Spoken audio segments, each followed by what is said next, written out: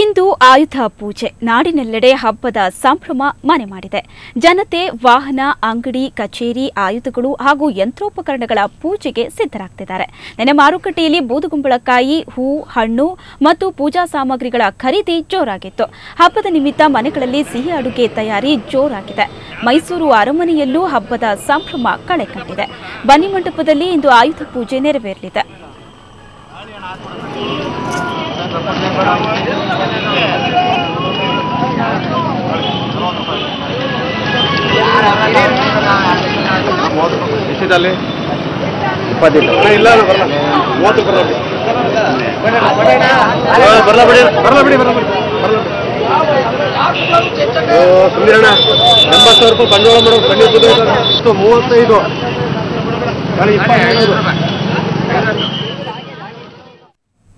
ನವರಾತ್ರಿ ಹಬ್ಬದ ಪ್ರಯುಕ್ತ ನಾಡಿನೆಲ್ಲೆಡೆ ದಸರಾ ಬೊಂಬೆಗಳನ್ನು ಪ್ರತಿಷ್ಠಾಪಿಸಲಾಗಿದೆ.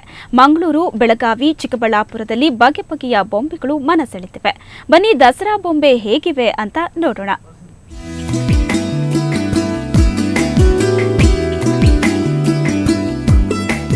ದಸರಾ ಬಂದರೆ ಸಾಕು ಎಲ್ಲೆಡೆ ಬೊಂಬೆ ಪ್ರದರ್ಶನವಿರುತ್ತದೆ.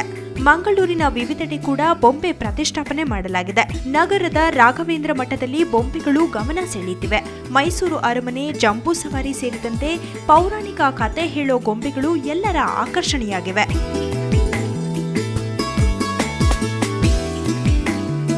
ನವರಾತ್ರಿ ದಸರಾ ಪ್ಲಾನು ನಾವು ಇಡೀ ಮಂಗಳೂರಿಂದ ಇಲ್ಲಿ ಬೊಂಬೆಗಳನ್ನು ಕಾಣ್ತಾ ಇರೋ ತರ ಬೊಂಬೆಗಳನ್ನು ಕಲೆಕ್ಟ್ ಮಾಡಿದ್ದೀವಿ. ಮಂಗಳೂರಿನ ಜನ ಕೊಟ್ಟಿದ್ದು.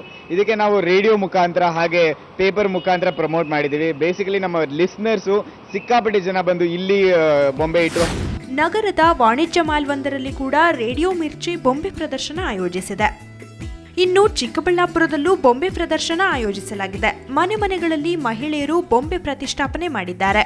ರಾಮಾಯಣ, ಮಹಾಭಾರತ, ವಾಲಿ, ಸುಗ್ರೀವರ ಕಥಾಹಂದರ, ಹಾಲಿವುಡ್, ಟಾಲಿವುಡ್, ಸ್ಯಾಂಡಲ್ವುಡ್ ಹೀರೋ ಹೀರೋಯಿನ್ಗಳು ಗೊಂಬೆ ರೂಪದಲ್ಲಿ ಲಗ್ಗೆ ಇಟ್ಟಿದ್ದಾರೆ. 10 ದಿನಗಳ ಕಾಲ ದಸರಾ ಉತ್ಸವವನ್ನು ಆಚರಣೆ ಮಾಡ್ತೀವಿ. ಅದು ದಸರಾಗ ಮುಂಚೆ 4 ದಿನದ ಮುಂಚೆ ನಾವೆಲ್ಲ ಅರೇಂಜ್ಮೆಂಟ್ ಮಾಡಿಕೊಂಡು ಆಯಾ ಜಾಗದಲ್ಲಿ ದಶಾವತಾರ ಎಲ್ಲಿಡಬೇಕು, ಶ್ರೀನಿವಾಸ ಕಲ್ಯಾಣ ಎಲ್ಲಿಡಬೇಕು, ಕ್ರಿಕೆಟ್ ಸೆಟ್ ಎಲ್ಲಿಡಬೇಕು ಎಲ್ಲ ಒಂದು ಸೆಟ್ ಮಾಡಿಕೊಂಡು ಮತ್ತು ಸ್ಟೆಪ್ಸ್ ಹಾಕ್ಕೊಂಡು ಅದನ್ನೆಲ್ಲ ನೀಟಾಗಿ ಜೋಡಿಸಿ ಮತ್ತು ನಾವು ಪ್ರತಿದಿನ ನವಶಕ್ತಿಯರು, ನವದುರ್ಗೆಯರ ಪೂಜೆಯನ್ನು ಪ್ರತಿದಿನ ನಾವು ಮನೆಯಲ್ಲಿ ಆಚರಣೆ ಮಾಡ್ತೀವಿ. ದಸರಾ ಒಂದು ನಾಡ ಹಬ್ಬ. ಮೈಸೂರಲ್ಲಿ ತುಂಬ ವಿಜೃಂಭಣೆಯಿಂದ ಮಾಡ್ತಾರೆ. ನಾವು ಅಲ್ಲಿ ಹೋಗಿ ಮಾಡೋಕ್ಕಾಗಲ್ಲ ಅಂತ ಮನೆಯಲ್ಲೇ ಆಚರಣೆ ಮಾಡ್ತೀವಿ. ವಂಶ ಪಾರಂಪರೆಯಾಗಿ ಬಂದಿರೋ ಇದು ನಮಗೆ. ಇನ್ನು ಕೊಪ್ಪಳದಲ್ಲಿ ವಿಶಿಷ್ಟ ದಸರಾ ಆಚರಣೆ ನಡೆಯಿತು. ನಗರದ ಶಾರದಾ ಕಲ್ಯಾಣ ಮಂಟಪದಲ್ಲಿ ನಿನ್ನೆ ಚಿಕ್ಕ ಹೆಣ್ಣು ಮಕ್ಕಳ ಪಾದ ತೊಳೆದು ಪೂಜೆ ಮಾಡಲಾಯಿತು. ಒಟ್ಟಾರೆ ರಾಜ್ಯದಲ್ಲೂ ದಸರಾ ಹಬ್ಬದ ರಂಗು ಜೋರಾಗಿದೆ. ಬ್ಯೂರೋ ರಿಪೋರ್ಟ್, ಸುವರ್ಣ ನ್ಯೂಸ್ 24/7.